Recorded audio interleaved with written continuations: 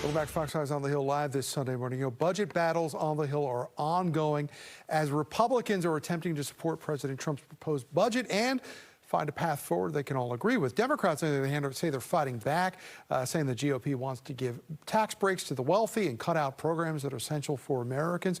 Joining us live this morning, we want to welcome back in Maryland U.S. Democratic Senator Chris Van Hollen. Senator, good to see you this morning.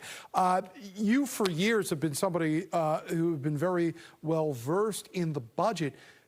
Do you know at this point what these cuts are and what exactly is being proposed?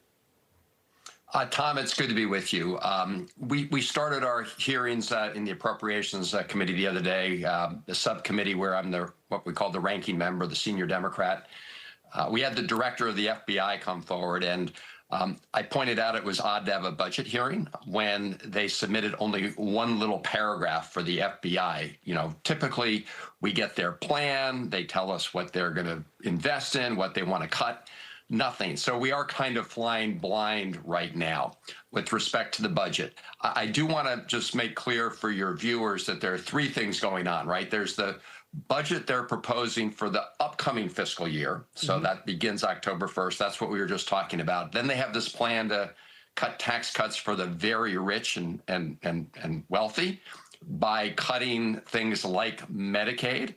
And finally, there's an effort right now, even before we get the budget in place for the next year, to implement a lot of these Musk cuts illegally. And that's why a judge in California, a federal judge, just froze that effort, saying you can't dismantle these agencies without congressional input. So a lot of moving pieces here. I just wanted to lay that out. So if we're talking about cutting taxes, that would reduce the revenue into the United States federal coffers. If they're also talking about raising spending on things like the Pentagon and Homeland Security, does that contribute to problems like the deficit that Republicans have said that they want to attack now? Absolutely, Tom. I mean, if you take the combination of their additional spending in places like defense or Homeland Security, and you then extend these tax cuts for very wealthy people, you're going to balloon the deficit. And we're already seeing the impact of uncertainty in the markets, especially impacts on long-term interest rates. So this will operate as a tax on every American if they really balloon the deficit. And even if you make deep cuts in Medicaid, which they're talking about doing, their plan would still explode the deficit. So this is it's a very dangerous, risky strategy from a fiscal point of view that they're pursuing. A minute ago, you mentioned this federal lawsuit. It's one of many across the country that have been challenging DOGE and the changes to the federal workforce that the people are trying to fight against, what the White House has implemented. Is it your position right now that these are being stalled, or do you have an actual hope of stopping these? Well, Tom, our hope is actually to stop many of these because they are being done in an illegal way, extra legal way, because what the Trump administration is trying to do, based on a lot of the DOGE proposals, is make these dramatic changes and cuts in federal agencies without any input in Congress. And these agencies, in many cases, were established by law. So you can't unilaterally, as the president and Elon Musk, just dismantle these agencies established on law without changing the law, without coming to Congress under Article 1. And that's why this most recent decision by a federal judge was so important. Senator, anybody who's watched this television station over the last couple of weeks has been following our coverage of Kilmar Abrego Garcia, who is still in custody in El Salvador. You went down there, as we know. The White House recently invoked a privilege on information regarding this case.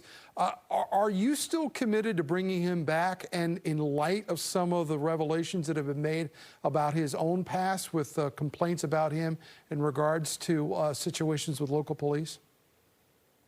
So, Tom, I'm committed to making sure that his constitutional rights are respected, because if we allow the Trump administration, if we allowed any president to trample over the constitutional due process rights of one person, we threaten them for everybody. So I've been very clear. I'm not vouching for Abrego Garcia, the person, but I am standing up for his rights because all of our rights are at stake. Now, for the Trump administration to invoke this so-called State Secrets Act claim is just absolutely absurd. It's just an effort to try to, not have to provide the judge in this case, Judge Zinnes, a federal court judge from Maryland, with the information to show that the administration, are complying with a 9-0 Supreme Court ruling saying that they have to facilitate his return so he can get his due process. And they're trying to stonewall, and the judge has been clear about that. But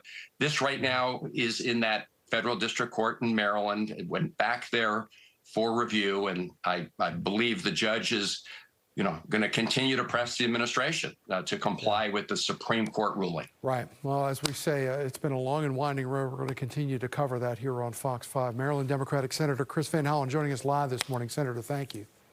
Tom, great to be with you.